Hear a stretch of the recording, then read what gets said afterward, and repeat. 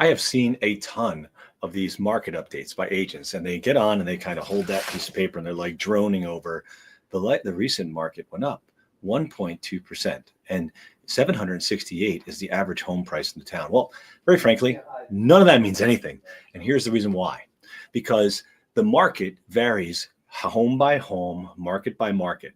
Averages just give you blanket statements, like the average place in Florida is doing great, but Florida condo market's a disaster, right? So here is the market update for North Jersey. And I'm going to give a couple of things that I've heard that you need to get off of that party line that's nonsense and get to reality. So the things that I've heard during COVID, lots of COVID people were saying, I'll wait until the prices drop. Well, we're about 5 years later and prices haven't dropped. And there's very good reason for it that has 100 years of backing to it. It's called supply and demand. Right now, we are incredibly low, like 1993 levels of inventory, but you have 80 million more people. That is supply and demand. Now, massive price adjustments haven't happened. Everyone's sitting, waiting and watching. And you know what? You could be right. You could wait another 15 years, be old and can't walk up the stairs in the house that you just purchased because you thought you were timing the market. It just doesn't work that way. What does work is sensible home purchasing. You find a home you like, it's in a price range you can afford, you buy the home. If rates get better, awesome, refinance. If rates get worse, awesome, you have a locked rate.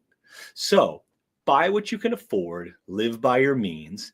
And if you can't afford in one area, you may need to go outside that area. Just like when I purchased my first home, I didn't buy in the town that I wanted. I had to go away from it so I could afford the home. And then I built up some equity, got off this hamster wheel of not owning and renting, because rent is 100% interest. And voila, you have home ownership. The next one I hear all the time is, I'm going to wait for rates to drop. Stupidest statement on earth. Like, number one, I'm going to make a bold statement and say, you will never in your life again, in my life, in your life, see a 3.5% rate. It's not happening. It's not sustainable. In fact, it was let to go far too long. It was a gift for those that got it, but it's never coming back. But here's the counter to that. Everyone who has that terrific rate that happened during COVID, you gained 51% of equity in your home. The value of your home went up that much. So when you move to your next home, you're putting down a much larger sum of money. Yes, the new home may cost more money, but your monthly payment could in fact be neutral depending upon how the scenario works out. So sitting in a home that you hate, with a neighbor that you hate, in a neighborhood you hate, with traffic that you don't like, makes absolutely no sense, because you know what? Tick-tock, we're all dying and we're all going to die. And if you don't do what you want to do while you're alive, well, you'll wait forever and then live a life of regret. And that's not something I recommend. So then the last one is, I don't want to sell because I have a great rate on my house. And that's not the silliest thing on earth. I don't want to sell my car, even though the thing's depreciating $1 gazillion a year. Yes, I do. I want to get the best value out of it. And here is the thing. If you have what's called the golden handcuffs, the great rate on your house, and you think that you can't go somewhere else, but you want to go somewhere else, I think you need to take a reality check and run the math. Talk to a lender, go through, understand how much equity you've amassed and how much you can move to your new home. And then when you do that, you're going to see you could have the same payment in the home, in the neighborhood, in the schools, whatever you're looking for, that you can have. But all this nonsense of speaking off the cuff without data backing it up, without dollars backing it up, is just nonsense. And it's doing is hurting you.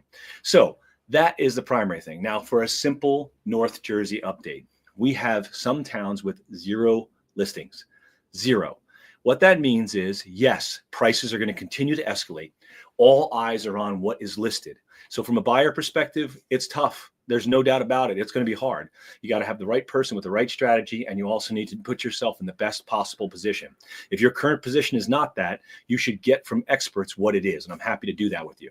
Now, more importantly, the people on the selling side, if you have even an inkling that you want to sell in the short-term future or even 2 years out, I would say significantly think about this one, because it can't always be this good, right? It can't always be escalating prices. And if I've ever seen a time that says now is the high, now is that time. Now, I'm not saying or predicting that that is, but I'm just saying things have to cool a little bit. eventually. And we've been putting this finger in the dike for years. Well, right now, I mean, if you're downsizing or you're thinking about right sizing, man, it is the time. Every single listing I put up is blowing the doors off its price. And I can tell you that now is absolutely the time.